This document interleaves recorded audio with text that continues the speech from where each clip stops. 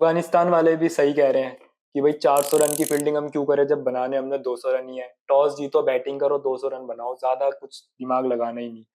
But jokes apart दोस्तों, series review की बात करते हैं। इंडिया ने व्हाइट वॉश कर दिया अफगानिस्तान को एज एक्सपेक्टेड।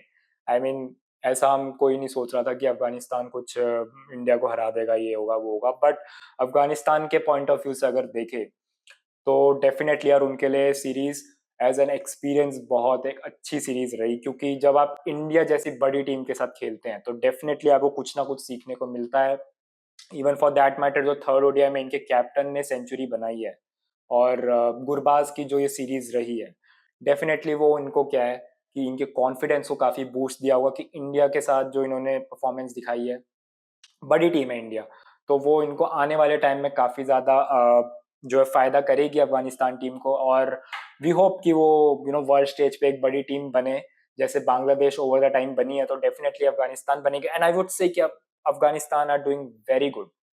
जोक्स अपार्ट, मतलब शुरू में जो हमने बोला, but Afghanistan is doing very good from batting point of view. Bowling में थोड़ा भी लैग कर रहे हैं, but they will improve for sure. India की टीम की बात करते हैं, इंडिया के पॉइंट ऑफ व्यू से देखते हैं कि ये सीरीज कैसे रही।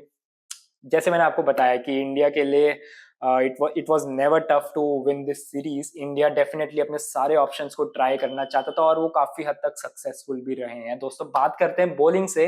बॉलिंग से इस बार किन दो प्लेयरों को इंडिया ने उतारा था नए, आपका गुरनूर को और दूसरा प्रिंस यादव को। तो क्या ये दोनों सक्सेस रहे इंडिया के लिए? डेफिनेटली रहे। स्पेशली गुरनूर की अगर हम बात करें, दोनों जो पहले दो ओडीआई थे दोनों में तीन तीन विकेट निकाली। तीसरे ओडीआई में इन्होंने आई थिंक एक या दो विकेट निकाली है, और सिमिलरली प्रिंस यादव ने दूसरे मैच में दो विकेट और थर्ड ओडीआई में एक विकेट निकाली है। तो डेफिनेटली इनका परफॉर्मेंस बहुत तगड़ा रहा है इंडिया के लिए। जो डेब्यू इनको करना था, इनका डेब्यू भी ड्रीम डेब्यू रहा है। और from India point of view से भी जो इंडिया टारगेट कर रही है अपने सारे बॉलिंग ऑप्शंस ढूंढने का, कोई अलग मतलब इंडिया को वेरिएशंस मिले, उस हिसाब से भी एक सक्सेसफुल रहा है।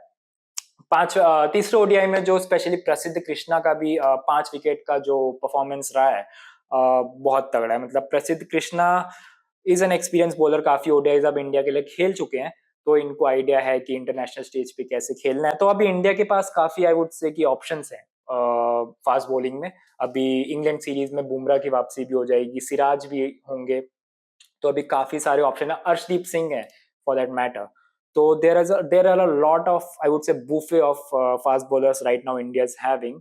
तो अभी सेलेक्ट करना होगा, और ऑब्वियसली आई मीन जो अभी इंग्लैंड सीरीज न्यूजीलैंड सीरीज आएगी वहां पर असली पता चलेगा कि कौन असली में इतना स्किलफुल है। क्योंकि जो जब आप बाहर जाके परफॉर्म करते हो ना, जो ये वाली पिचेज है, जो इंग्लैंड की पिचेज है जहाँ बॉल घूमती है, सिमिलरली जो न्यूजीलैंड की पिचेज है, साउथ अफ्रीका की पिचेज है, तो यहाँ पर असली स्किल आपकी पता चलेगी। क्योंकि 2027 world cup it's in south Africa, वहां की पिच अलग है एकदम, इंडिया की पिच से मैच नहीं करती है। तो वहां के लिए अगर आपको प्लेयर रेडी करना है तो आपको परफॉर्म करना पड़ेगा कहाँ?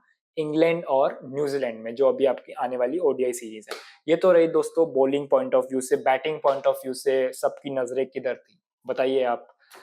हम सबकी नजरें सिर्फ एक खिलाड़ी पे थी, वो थी रोहित रोहित रोहित। सबका बस यही चल रहा था कि रोहित की परफॉर्मेंस कैसे रहेगी। रोहित के फैन कह रहे थे हमें सेंचुरी देखनी है, जो चाहते थे रोहित रिटायर हो जाए, वो चाहते थे कि रोहित जल्दी आउट हो, ये हो वो हो। लेकिन हम सब कहीं ना कहीं देखना चाहते थे रोहित की मास्टर क्लास, और वो कहीं ना कहीं हमें झलक जरूर दिखी है। पहले मैच में जल्दी आउट हो गए थे, रन आउट का कुछ मिसअंडरस्टैंडिंग हुआ था शुभमन के बीच में, बट दूसरे मैच में जो 48 बने थे उसमें काफी एक कॉन्फिडेंट वाला, आई वुड से एक कॉन्फिडेंट लय में वो खेल रहे थे। हालांकि वो भी उसको कन्वर्ट नहीं कर पाए थे, बट थर्ड ओडीआई जो 79 बनाया है, that's that's answer to all his critics that भाई अभी भी टाइगर जिंदा है।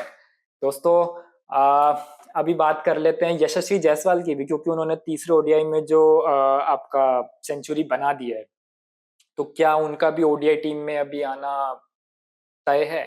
मेरे ख्याल से नहीं, क्योंकि अभी इंग्लैंड सीरीज में आपके विराट कोहली की वापसी होने वाली है, और विराट अगर वापस आ जाएंगे तो एक पे रोहित, दो पे गिल खेलेंगे, तीन पे कोहली। तो जायसवाल और ईशान किशन, इन दोनों की टीम से आई वुड, मतलब बोलने में थोड़ा गलत लग रहा है बट छुट्टी हो जाएगी, क्योंकि Virat Kohli will be back और ही इज द किंग। तो आप उनके साथ कोई मजाक नहीं कर सकते हैं। ये कुछ बात थी दोस्तों, इंडिया के लिए बहुत सक्सेसफुल ये सीरीज रही है, नॉट सिर्फ जीतने के पॉइंट ऑफ व्यू से नहीं, बट जो बॉलिंग ऑप्शन, जो बैटिंग ऑप्शंस इंडिया ट्राई करना चाहती थी, Ishan Kishan for that matter, जो इंडिया को ऑप्शन सब मिल चुके हैं, तो इंडिया के पास एक मोटा मोटा ब्लूप्रिंट रेडी हो रहा है कि भाई इंग्लैंड सीरीज में इनको खिलाएंगे, फिर उसके बाद न्यूजीलैंड सीरीज आएगी, फिर जिम्बाब्वे के अगेंस्ट है। हालांकि जितने भी, चाहे छोटी टीम है बड़ी टीम है, बट वो 2027 वर्ल्ड कप के लिए ब्लूप्रिंट रेडी होता जाएगा।